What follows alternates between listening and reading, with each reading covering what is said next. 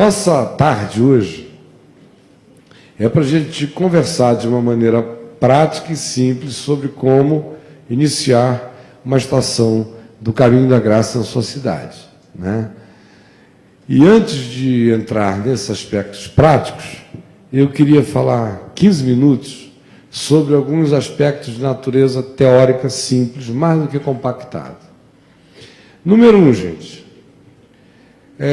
Por que iniciar um trabalho, um movimento como esse que a gente está fazendo? Por uma única razão. Porque se tornou insuportável ir a 99% das coisas que a gente chama de igreja. Então, não foi nada a não ser a impossibilidade de encontrar um assento para a alma no que se chama de igreja.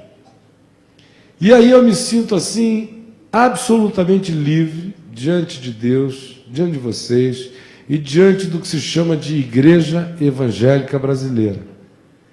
Porque eu fui pai, mãe, avô, tio, tataravô do que se chama de Igreja Evangélica Brasileira durante anos. E todos vocês sabem disso. E todos eles sabem disso. E a razão era uma só. É aquela de ontem à noite. Vamos ver se tem salvação. Era incapaz de chegar numa cidade e fazer uma reunião que não fosse consensual para todo mundo, para não criar divisão, porque o meu negócio era unir. Cruzadas, que logo depois de 10 anos fazendo cruzadas, eu vi que eu tinha meios infinitamente mais eficazes de evangelizar pessoas do que nas cruzadas.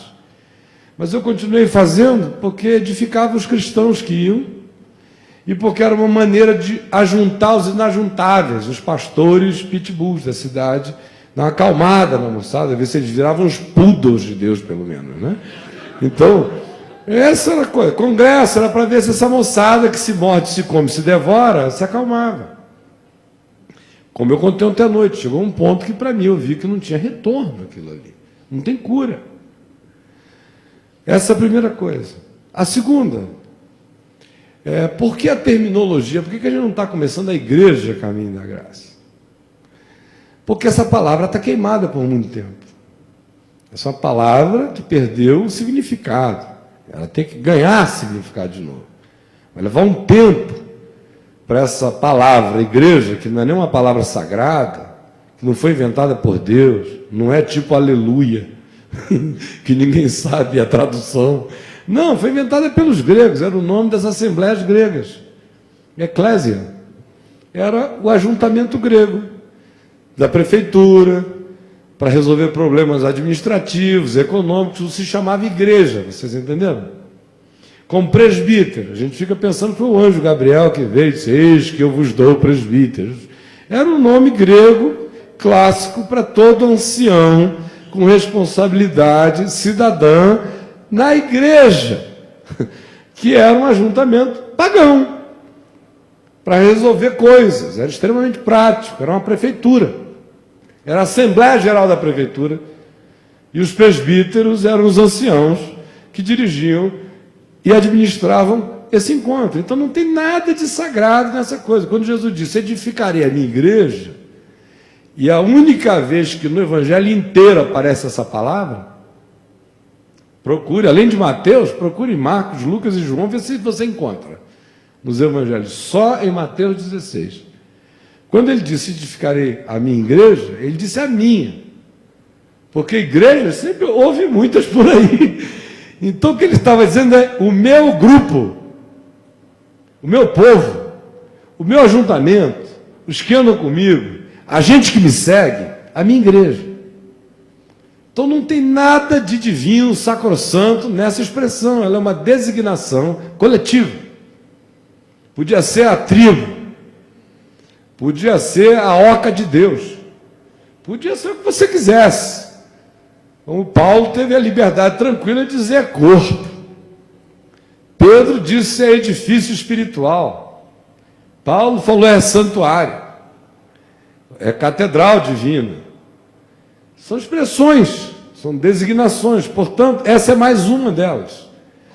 Só que ela foi adotada como a única, justamente porque convinha ao espírito que foi se produzindo que a igreja fosse muito mais um lugar do que um ajuntamento andante, consciente de seres humanos que, separados ou juntos, juntos estão porque estão ligados pela mesma consciência ao cabeça que é Cristo.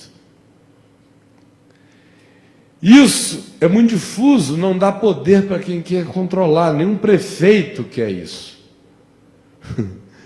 O que as pessoas querem é poder saber quem é quem manda, dividir em hierarquias de controle de valor para controlar a sociedade. Então a igreja que nós temos hoje é um híbrido. Se eu fosse contar a história toda dele, a gente ia terminar amanhã de manhã. Eu fiquei tentando contar lá na academia outro dia durante 3 segundas-feiras e não consegui chegar nem na metade, sem nenhuma anotação, só na memória. Então imagina que se fosse ser minucioso, não tinha mais fim essa história. Mas para resumir, o que a gente chama de igreja é um híbrido. Um híbrido que teve muitos agregamentos culturais nos últimos 1.700 anos. Um híbrido que começou há 1.700 anos atrás, institucionalmente. Mas as sementes dele foram sendo plantadas por algumas pequenas perversões que a gente já encontra no livro de Atos dos Apóstolos, por exemplo.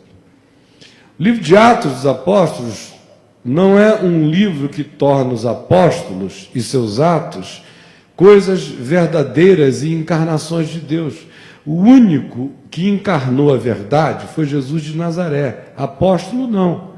Apóstolo acerta, apóstolo erra, apóstolo se acomoda, apóstolo, se de repente precisa ser confrontado, briga com outro, né? Ou perde o vapor. Apóstolo é apóstolo. O que eles escreveram, e nós somos erguidos como povo de Deus sobre o fundamento dos apóstolos e dos profetas, e Cristo é a pedra de esquina. O fundamento é Cristo, é dele que vem todo o balizamento. Se não fizer 90 graus aqui, na pedra de esquina, está errado. É daqui que vem. Jesus é a chave hermenêutica de tudo, é o ponto de alinhamento de todas as coisas. Quem quer que não esteja alinhado com esse espírito definido no Evangelho, encarnado em Jesus, está fora do Evangelho, é outro Evangelho, é outra coisa.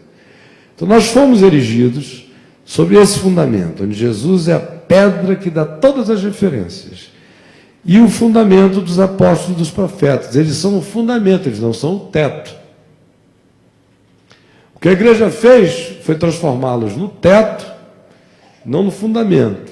E transformou-os no teto convenientemente. Pegaram só as coisas que seletivamente interessavam à construção da igreja como lugar fixo.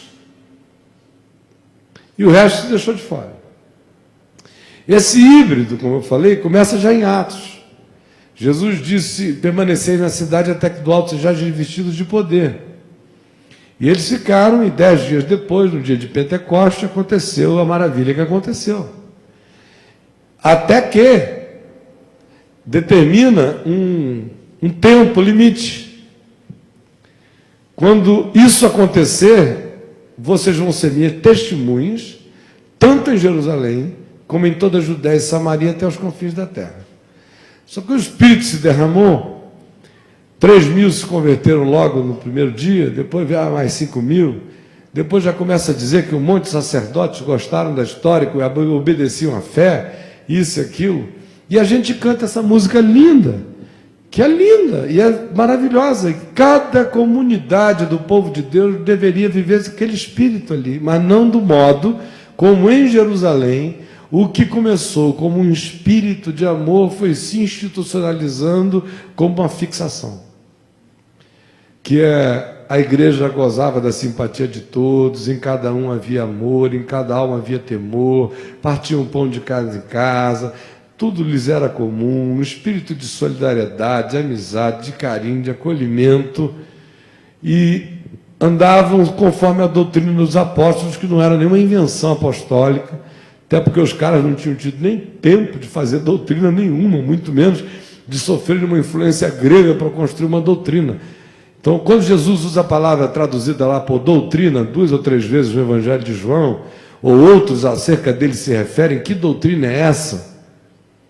Vocês vejam que doutrina é essa, mas ligada a quê? Porque meramente com a palavra expulsa demônios. Significando que para eles a palavra doutrina não significa o que significa para nós.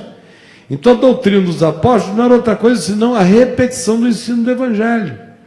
Que eles não tinham nenhum papel escrito como você, era tudo de cabeça e coração, memória.